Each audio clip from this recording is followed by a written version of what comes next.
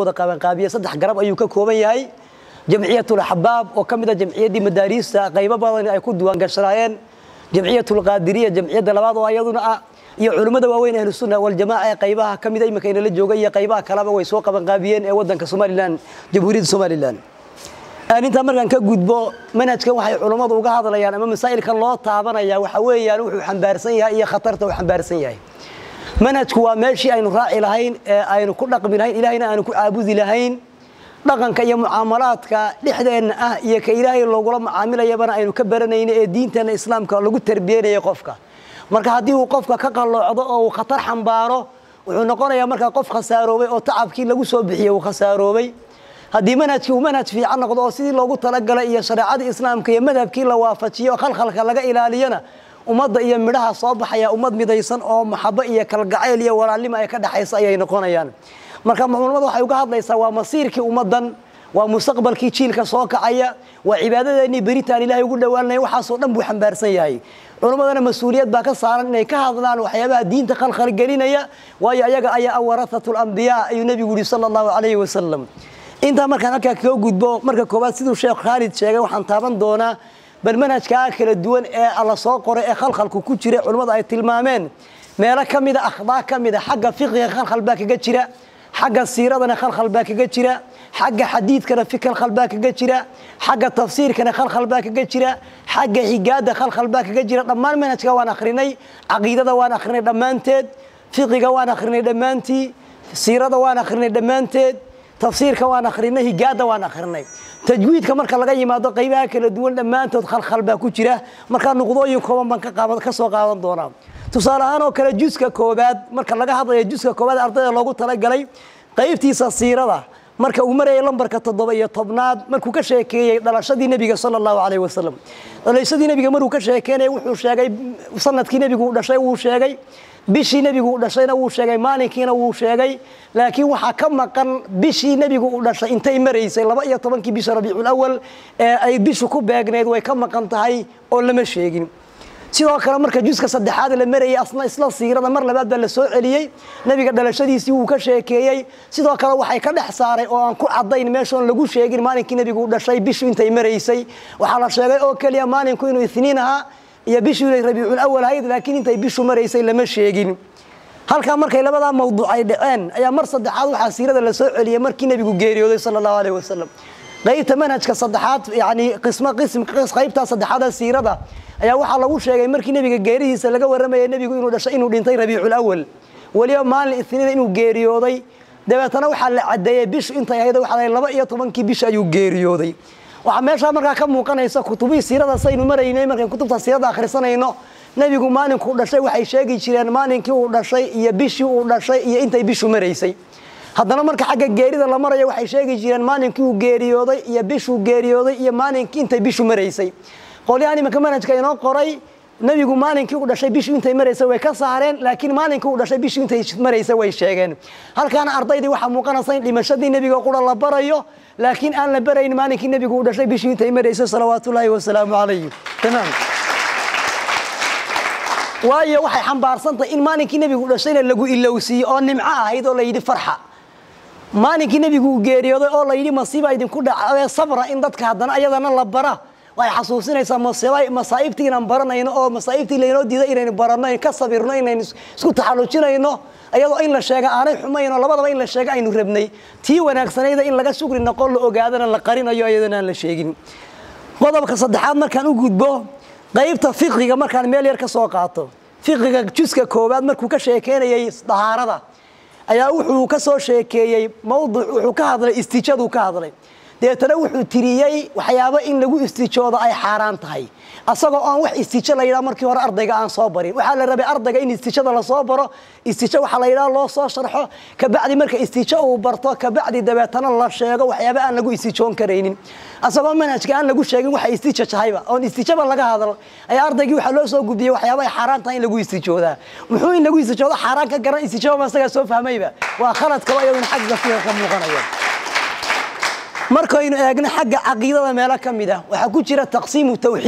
tawxiidkii la qaybiyay sheekhu ka hadlayay waxa aad iyo aad muhiim halka aan baraarujinayna taqsiim tawxiidka la qaybiyaa كتابك القرآن كمي سو أرورين سنة نبينا كمي سو أرورين أحد سلف صالح كم إذا أو تقسيم التوحيد قيبيين مجرو ومضى وحين أبانا إن أشجنا وحرنا أوجره تقسيم التوحيد كابن تيمية يا أبوه الريعد قيبسه وحكسي هرينين كيل أورنجري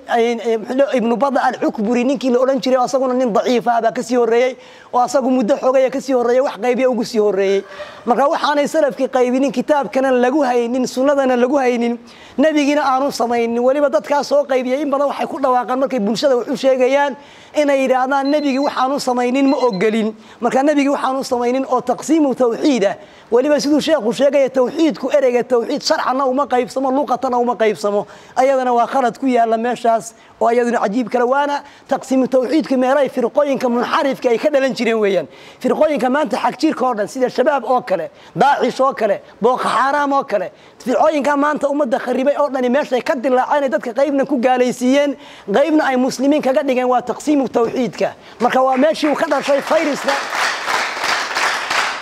وعين أوران كرينا مركا يعني تقسيم التوحيد هو ماشي وكذا شيء فيرس dadka gaalaysiiya ama fayraska maanta dadka lagu dilayo waa meeshii uu ka dhashay bay noqonaysaa sidoo kale markuu mawduuca marayay juska labaad markuu marayay asagana isla aqeedada wuxuu taariifka marka iimaanka oo kale uu taariifiyay iimaanka oo kale wuxuu maray taariif muqtaric ayagu ay bilowdeen taariif ayagu ay sameeyeen buu maray waayo nabigeena sallallahu alayhi wasallam culimada manhajka soo dajisay wasaaraddu maalintii manhajka ay noo soo gudbiyay waxay nagu yiraahdeen manhajkii imaam Shaafici baan waafajinay sidoo kale waxay yiraahdeen madhabka wax khilaafa kuma aan qorin wixii la isku waafaqsanaa baan ku qornay marka taariifka iimaanka marka uu noqoto ayagu ay qaateen kii la isku waafaqsanaa maaha waayo nabigeena taariifiyay iimaanka salawaatullaahi wa salaamu alayhi markii xadiidka 40 kaad wada garanaysan malagu jibril nabigu uu yimi markuu ku yiri iimaanku waa maxay muxuu nabigu ku yiri iimaanka an tu'mina billahi wa malaa'ikatihi wa kutubihi wa rusulihi wal yawmil aakhir sawmahayn ila aakhir al hadith marka nabiga taqiyat tawxiidka ay iimaanka qaxay oo taariifiyay ayagu marka kii la isku waafaqsanaa lama iimane mid ayagu ay leeyihiin oo kale la yimaadeen markaan ka qaadano qaybaha kamida waxa kamida markay ka hadlayeen waxa la yiraahdo khufeynka oo kale khufeynka inaga madhabkeena waa jaais sunna maaha waajibna maaha waa jaais khufeynka la masaxanayo baalaha la masaxda ee khufeynka la yiraahdo sharabaadada maaha waxay ka dhigaan waxay yiraahdaan waa sunne madhabkeenana waan waafajinay bay inagu yiraahdeen madhabkeenuna ma qaba sunna waa jaais oo sunna maaha ayaduna waa mas'ala aad iyo aad u khaldan sidoo kale markay malayaan muujibatul qusli waxyaabaha qofku inuu ka maydho waajibka qayba ka xadfan oo qayba ka maqan qaybna way sheegeen oo marka qayba kamida maqan sidoo kale markay marayeen gagabaha oo kale ay ka hadlayeen waxay yiraahdeen gagabaha qofku markuu gagabaysan labada ka fooqulu masaxaya madhabkeenana waxa ku maqan ku jiyaala wuxuu masaxaya labada kaf ilaa iyo labada suxul inta laga gaaro laba goorna uu kala masaxaya wajiga iyo gacmaha labadii goor la kala masaxaya meesha kuma xusno laguma sheegin sidoo kale waxa la sheegay labada kaf oo qura in la masaxayo madhabkeenana ma aha waa madahibta kale ayaa masaladaas ay ku taallay madhabkeeni masaladaas kama durjumayso waxyaabaha kale aad ku baahan inaan taabano waxa kamida iyada aynaan yar qaxaaqna u baahan ama aan wax ka taabano biidinlaahi tacaala salaada jamaacada salaada la isku jamacsanay inaga agteena madhabkeena waa sunna muaakada salaadaha jamaacaadka ee aan jumcada ahayn waxay ku soo qoreen salaadaasu waa fardu kifaaya fil asahi bay ku soo qoreen وقيل با سدا قبا inaga madhabkeena imaam an-nawawi rahmatullahi ta'ala maruu ka hadlay minhajka wuxuu leeyahay qiil ba la yiri waa fardul kifaaya marka masaladaas intaas ay ku soo qoreen waxa aad u miyo markaas inagoo wada dhameynay meel aad u fara badan bay ku yeelan akhdaada kala duwan sidaan soo sheegnay markay ka hadlayaan oo kale qaybta tafsiirka wajaa rabbuka markay ka hadlayaan waxay yiraahdaan ilaahay baa qiyaamaha imanayo soo degaya aayada tafsiirkeedana tafaasiirta oo dhan bay ku taalaa تفاسيرته مركا لغا هادلايان inay nin kaliya qaatan haday sheekh waafaqsan helaan oo boqolkiiba 80 tafaasiirta kale ay khilaafto tafaasiirta kale inay ku saleeyaan bay ahayd ee qofka ayagu ay doonayaan inay ku saleeyaan ayadana ma yahayn oo lama rabin inay ayadana marka taa ay ku amba qaadaan ana markaan akhdaada akhrinay waxa soo akhrinay qaybta higaada waxa soo akhrinay qaybta tafsiirka waxa soo akhrinay qaybta siirada waxa soo akhrinay qaybta maxay hayday fiqiga waxa soo akhrinay qaybta aqeeda dhamaan akhdaada nooga soo baxday ama kharaadka nooga soo dhaxay waa kharaad gaaraya 20 meelood weey 20 meelood biidinaahi taala marka akhdaada kala duwan oo dhan markuu xambaarsan manhajkaas khatartaas uu leeyahay waxaan u qalmaa in dib loo celiyo oo dib loo saxo cid ehel u ah oo aqoon u leh manhajka dajintiisana dib loogu celiyo ay aad iyo aad u mudan yahay halkaasaan ku soo ururina akhbaari maadaama ka wada gayoonaynin waxaan insha Allah ka dambaysiin doonaa qodobada culimadu shirkeenan ay ka soo saareen baan akhrin doonaa ee ugu muhiimsan oo ay ugu baaqayaan xukuumadda iyo wasaaradda awqaafta dhamaanteed waxaan insha Allah kala iyadana ku baaqaynaa insha Allah sabtida laga bilaabo waxaan gudbin doonaa waraaqdaas oo insha Allah inuu gudbin doono wasaaradda awqaafta iyo xukuumadda biidilaahi tacaala inagoo u gudbin doona akhdaada waxaan baarsan yahay manhajkanu iyo khaladaadka ku jira si insha Allah tacaala dub ay ugu laabtaan maanta oo marka xagga taariikhda u laabta xaggii qodobadii culimadu ay soo saareen maanta oo taariikhdu ay tahay 20 bishii 8 2020 maalin khamiisana ay tahay xagga hijriguna uu marayo bishii sanadka koobaad ee sanadka 1442 culimadu markay akhriyeen manhajka imika aynu soo sheegnay khaladaadka faraha badan ay arkeen waxay ka soo saareen 5 qodob oo aad u muhiim ah in la dhaqan galiyana ay aad u mudan tahay oo kala duwan qodobka koobaad waxa weeyaan waxa noo soo baxday ama culimadu ay go'aamiyeen manhajka inaanan marnaba aanan aqbali karin qaadan karin dhaqan galin karin inta laga saxayo khaladaadka ku jira oo dub loogu noqonayo sida daraadeed manhajkaas inaanu noo dhaqan gali doonin anagu aanan aqbali doonin qaadan dooninna inta khaladaadka ku jira laga saxayo biidilaahi tacaala qodobka labaad waxay ugu baaqeen culimada jamhuuriyadda Soomaaliland oo madaxweynuhu uu ka yahay wasiirka awqaaftana uu ku xigo inaan manhajkaas dub loo saxo sixitaankiisana laga qayb geliyo dhammaan labada qaybood oo culimada Soomaaliland ay tahay maxaan ka wadnaa labada qaybood oo culimada Soomaaliland ay tahay waxaan ka wadnaa culimada ahlus sunnah iyo culimada wahaabiyada sidii sheekhu uu sheegay waxba in la isbaahiyaa ma fiicna culimadu waa laba qaybood qaybta wahaabiyada iyo qaybta ahlus sunnah manhajkana waxaynu ognahay inay soo dajiyeen oo qura qaybta wahaabiyada marka manhajka dhamaantood in dub loo saxo lagana qayb galiyo oo xukuumaddu ay ka qayb galiso culimada labada qaybood culimadu ay ka kooban tahay manhajka sixitaankiisa iyo dajintiisa biidilaahi tacaala maadaama oo markii hore koox gaari ay dajisay sidaana uu ugu cuntami waayay inuu ummadda oo dhan isku wado biidilaahi tacaala qodobka saddexaad ee culimadu ay ka soo saareen waxa weeyaan iyadana waxay ugu baaqayaan jamhuuriyadda Soomaaliland oo madaxweynuhu iyadana uu ka yahay in wadankan laga dhaqan galiyo madhabkeeni imaamu Shaafici distoorkeena inoogu qornaa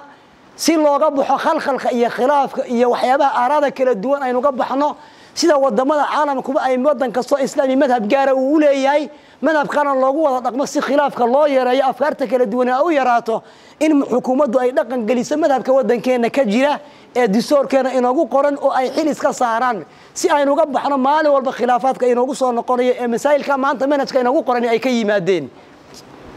qodobka afraad ama shanaad waxa qodobka afraad waxa weeyaan waxay ugu baaqayaan culimadu jamhuuriyadda Soomaaliland sidoo kale inaan manhajka lagu faafinin gobolada iyo bulshada dhexdeeda inta dub loo saxayo khaladaadkiisana la isaga imanayo khaladka ku yaala ummadda khalkhal galinaya dub loo saxayo inaan manhajka lagu faafin gobolada waxaan arkaynaa gobollo lagu qaybinayo sida Boorama iyo meelo kala duwan marka maadaama aanu saxanayn inaan lagu faafinin bulshada dhexdeeda iyo mujtamaca iyo manaadiqda gobolada inta dub looga saxayo qodobka sanaad ay culimadu ku soo ururiyeen waxa weeyaan xukuumadda waxay ka sugayaan ay ugu baaqeen inay jawaab degdeg ah ka soo siiso sida madaxweynaha iyo wasiirka awqaafta manhajka muddo kooban khaladaadka sixitaankooda iyo isaga imaatinkooda oo laga wada fadhiisto si doob loogu saxo haddii marka aanay jawaab sax aanay culimadu ka helin waxay ku inoogu lifaaqeen inay go'aanka ku haboon ayagu ka qaadan doonaan biidilaahi tacaala talaabada anfacaysa ee dalka iyo ummadaba wax u taraysa maadaama yihiin dadkii diinta ka mas'uuliyadda diintan ay gudan doonaan biidilaahi tacaala wabillahi tawfiiq wassalaamu calaykum wa rahmatullahi wa barakaatuh